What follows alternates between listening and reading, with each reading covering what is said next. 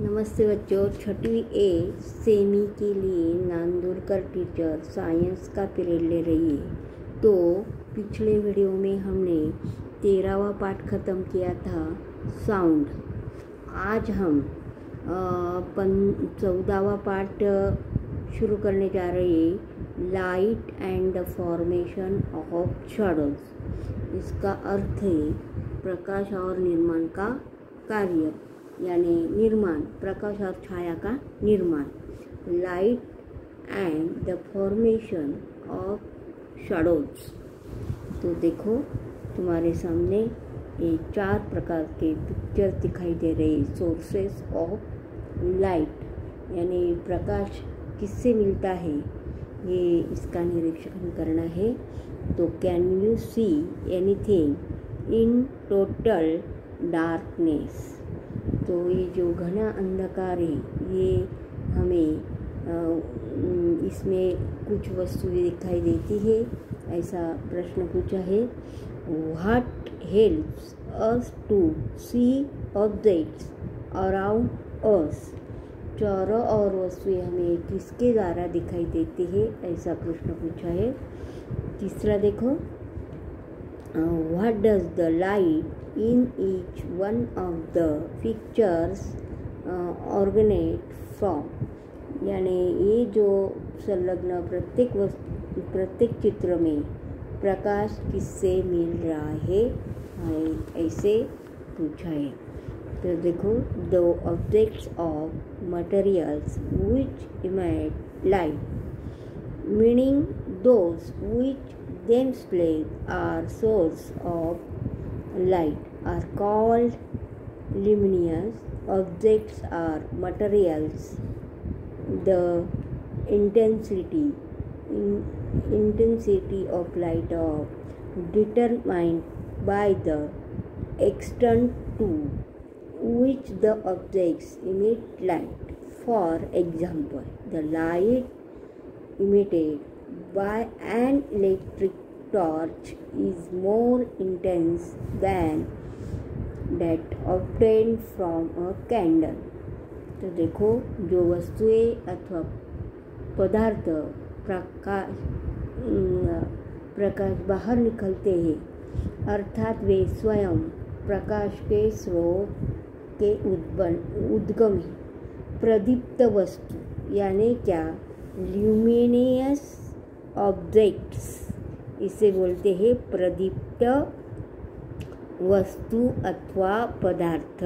Materials यानी पदार्थ, luminous objects यानी प्रदीप्त वस्तु अथवा पदार्थ।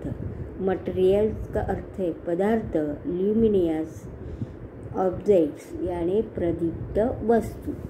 ये आपको याद रखना है। The intensity of light in determined by the extent to which the objects emit light, यानी कोई पदार्थ जिस परिमाण से प्रकाश देता है, उसी पर प्रकाश की तीव्रता निर्धारित होती है।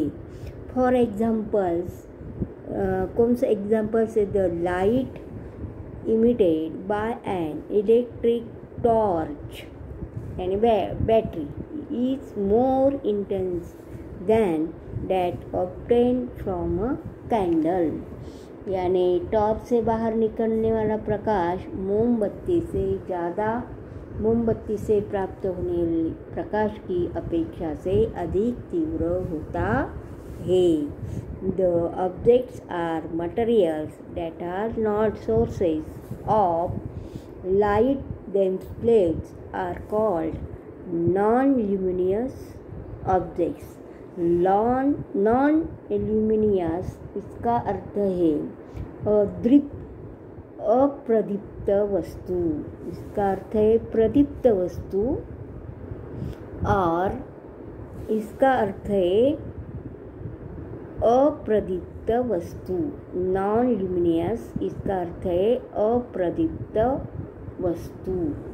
देखो, मटेरियल्स अप्रदीप्त वस्तु या पदार्थ, यानी नॉन ल्यूमिनियस ऑब्जेक्ट्स यानी अप्रदीप्त वस्तु या पदार्थ, ये आपको याद रखना है. Some man-made objects or materials also emit light. These are called artificial sources of light. Artificial यानी प्रकाश के कृत्रिम स्रोत. आर्टिफिशियल सोर्स ऑफ लाइट यानी प्रकाश के कृत्रिम स्रोत. The sun is the main natural source of light. Other stars seen in the night sky. Fireflies, some anglerfish as well as honey, mushroom are natural source of light. Mushroom का अर्थ है मधु भूछत्र. Mushroom मधु भूछत्र है. तो देखो सूर्य प्रकाश का the sun is the main natural sources यानी सूर्य प्रकाश का प्राकृतिक स्रोत है. नेचुरल प्राकृतिक स्रोत है. कौन? सन. सन का मतलब सूर्य. और light other star seen in the night sky. Fireflies यानी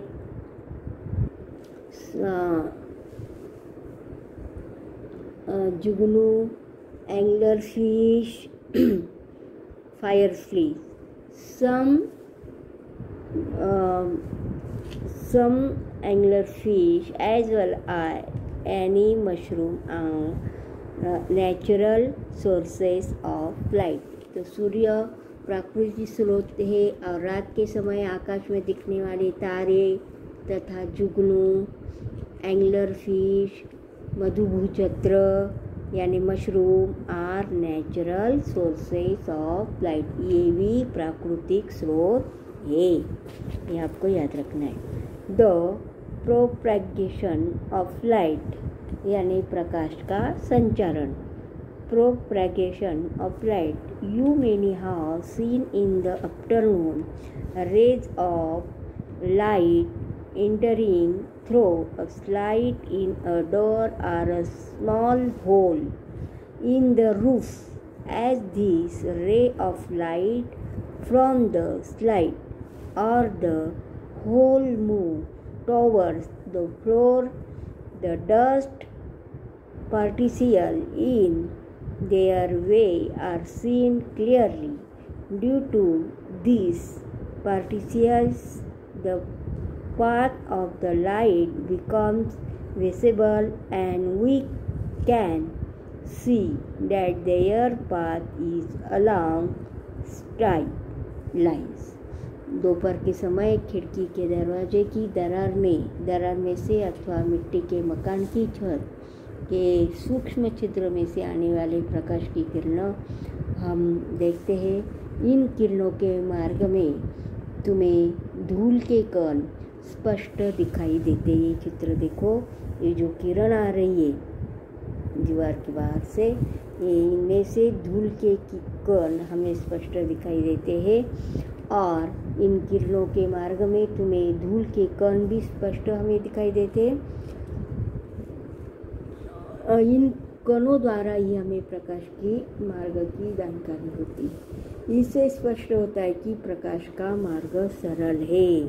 That path is along straight lines. ये आपको याद रखना है. नीचे देखो. Take 3 cardboards यानी 3 गत्ते लेना है. Take 3 cardboards, 3 गत्ते लो. Make a small hole in the center of each cardboard using a thick needle. Needle का अर्थ है सुई. Arrange the cardboards in such a way that the 3 holes are in the same line.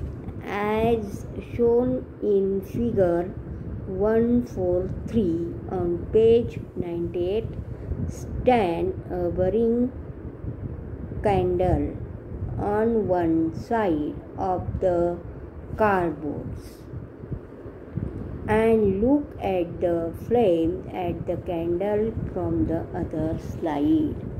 यानी 3 गत्ते लेना है, मोटी सुई अथवा सूजी द्वारा तीनों के माध्यम एक छोटा छिद्र बनाना है। आकृति में जो दिखाए अनुसार इन गत्तों को उपयुक्त दूरी पर इस प्रकार सीधा खड़ी करना है। ये जो चित्र दिखाई दे रहा है देखो, ये इसके अनुसार हमें ये कृति करनी है। Do you see the flame, यानी क्या प्रकाश का यानी ज्योति क्यों दिखती है, और why do you not see the flame, यानी ज्योति क्यों नहीं दिखती या ज्योति क्यों दिखती है।